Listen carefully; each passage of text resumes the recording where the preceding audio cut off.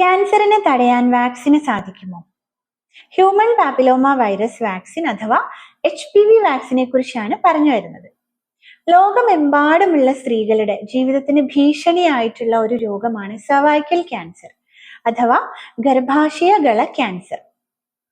Human papilloma virus അഥവാ HPV ആണ് ഈ രോഗത്തിന് കാരണമായിട്ടുള്ള രോഗാണു. എല്ലാ വർഷവും ഒരുപാട് സ്ത്രീകളെയാണ് ഈ രോഗം കീഴടക്കുന്നത്.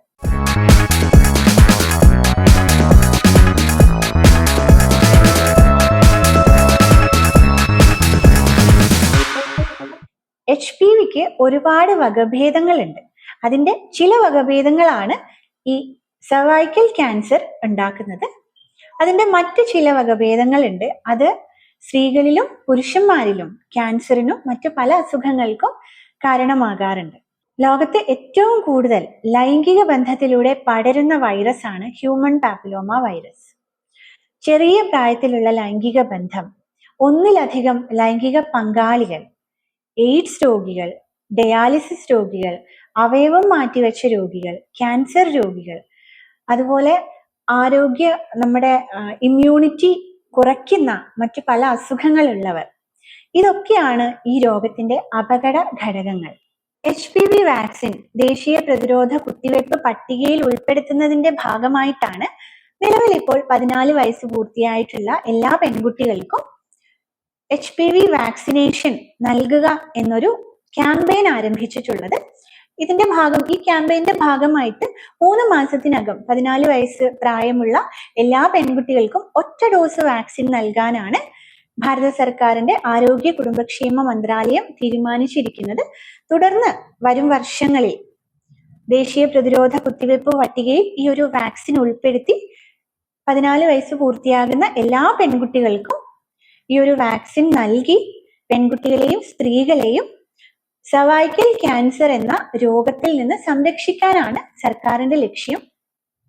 ഇതിന്റെ ഭാഗമായിട്ട് കേരളത്തിലും എല്ലാ സർക്കാർ ആരോഗ്യ കേന്ദ്രങ്ങളിലും 14 വയസ്സ് പൂർത്തിയായിട്ടുള്ള പെൺകുട്ടികൾക്ക് HPV വാക്സിനേഷൻ നൽകും.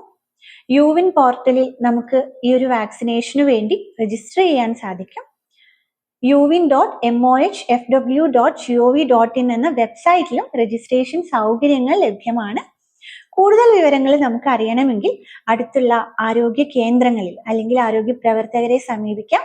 ആശാപ്രവർത്തകരെ സമീപിച്ചാലും നമുക്ക് ഇതിനെക്കുറിച്ചുള്ള കൂടുതൽ വിവരങ്ങൾ ലഭിക്കും. ഗർഡാസിൽ എന്ന് പറയുന്ന ഒരു വാക്സിനാണ് നിലവിൽ കൊടുക്കാൻ ഉദ്ദേശിച്ചിരിക്കുന്നത്. 9 മുതൽ 45 വയസ്സ് വരെയുള്ള ആർക്കും ഈ വാക്സിൻ എടുക്കാമെങ്കിലും നിലവിൽ സർക്കാരിന്റെ ഈ ഒരു ക്യാമ്പയിന്റെ ഭാഗമായിട്ട് 14 വയസ്സുള്ള പെൺകുട്ടികളിലാണ് ഈ വാക്സിനേഷൻ ക്യാമ്പയിൻ ആരംഭിക്കുന്നത്. ഇത് ഒരു പ്രത്യേക പ്രായത്തിലുള്ള പെൺകുട്ടികളിൽ വാക്സിനേഷൻ ആരംഭിച്ചിട്ട് അത് ക്രമേണ മറ്റു പ്രായക്കാരിലേക്കും അതുപോലെ ആൺകുട്ടികൾക്കും ഈ വാക്സിൻ എടുക്കാൻ സാധിക്കും. ആൺകുട്ടികളിലേക്കും ഒക്കെ വ്യാപിപ്പിക്കുക എന്നതാണ് ഈ ഒരു പദ്ധതിയുടെ ലക്ഷ്യം. അപ്പൊ അത് നമ്മുടെ വാക്സിന്റെ ലഭ്യത, അതിന്റെ വിതരണം, അതിന്റെ ബോധവൽക്കരണം, അതായത് വാക്സിനേഷൻ കൊടുക്കുക എന്നുള്ളത് നമ്മുടെ സമൂഹത്തെ അതേക്കുറിച്ച് ബോധവൽക്കരിപ്പിക്കുക എന്നത് ഏറ്റവും പ്രധാനപ്പെട്ട കാര്യമാണ്. നമുക്ക് ഇതിനൊക്കെയുള്ള ഒരു സമയം ലഭ്യമാക്കുക എന്നത് കൂടിയാണ് തുടക്കത്തിൽ ഈ ഒരു പ്രത്യേക ഗ്രൂപ്പിലുള്ള പെൺകുട്ടികളെ ഈ ഒരു വാക്സിനേഷൻ ക്യാമ്പയിനിൽ സെലക്ട് ചെയ്യാനുള്ള ഒരു കാരണം. അതായത് ലൈംഗിക ബന്ധത്തിൽ ഏർപ്പെടുന്നതിന് മുമ്പ് വാക്സിനേഷൻ നൽകുന്നത് വൈറസ് ബാധ തടയുന്നതിൽ ഏറ്റവും ഫലപ്രദമായിട്ടുള്ള ഒരു ചെലവ് കുറഞ്ഞതായിട്ടുള്ള ഒരു മാർഗമാണ്. അപ്പോൾ പുതിയൊരു വാക്സിൻ പദ്ധതി സമൂഹത്തിൽ എങ്ങനെ സ്വീകരിക്കപ്പെടും എന്നുള്ളതും വളരെ പ്രധാനമാണ്.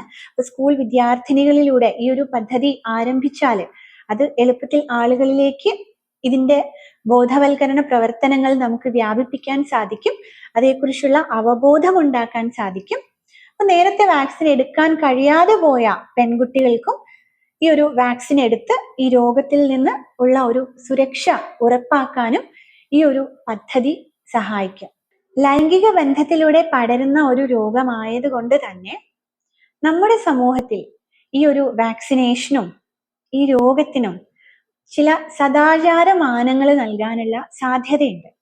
നമ്മൾ ആദ്യം മനസ്സിലാക്കേണ്ടത് ഈ വാക്സിനേഷൻ എന്നുള്ളത് വളരെ ഗുരുതരമായിട്ടുള്ള രോഗാവസ്ഥകളിൽ നിന്ന് മനുഷ്യരെ സംരക്ഷിക്കാൻ വേണ്ടിയിട്ടുള്ള ഏറ്റവും ശാസ്ത്രീയമായിട്ടുള്ള ഒരു മാർഗമാണ്. അതല്ലാതെ അനാരോഗ്യകരമായിട്ടുള്ള ലൈംഗികതയെ പ്രോത്സാഹിപ്പിക്കാനുള്ള മാർഗമല്ല.